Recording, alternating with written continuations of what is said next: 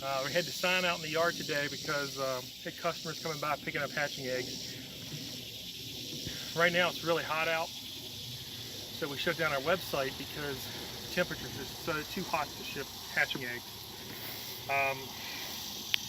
I know other breeders don't, and that's great, but I feel if you're going to spend your hard-earned money, you want the best for your money that you can get, and you want a good experience with hatching products. It's one of the things we try to do is pride ourselves on customer service, giving you the best possible product. You get the best hatch rate, follow-up service. With hatching eggs, we only have one type. We do the Coturnix JMF Meat Maker. It's the only line we do here.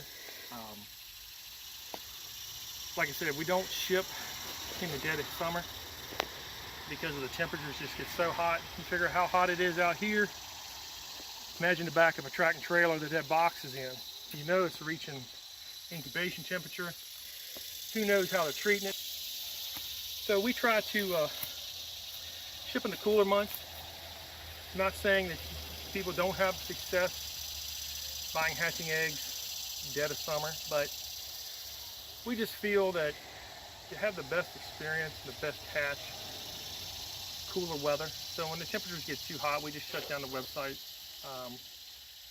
And what do we do with the eggs? Well, we focus on other things.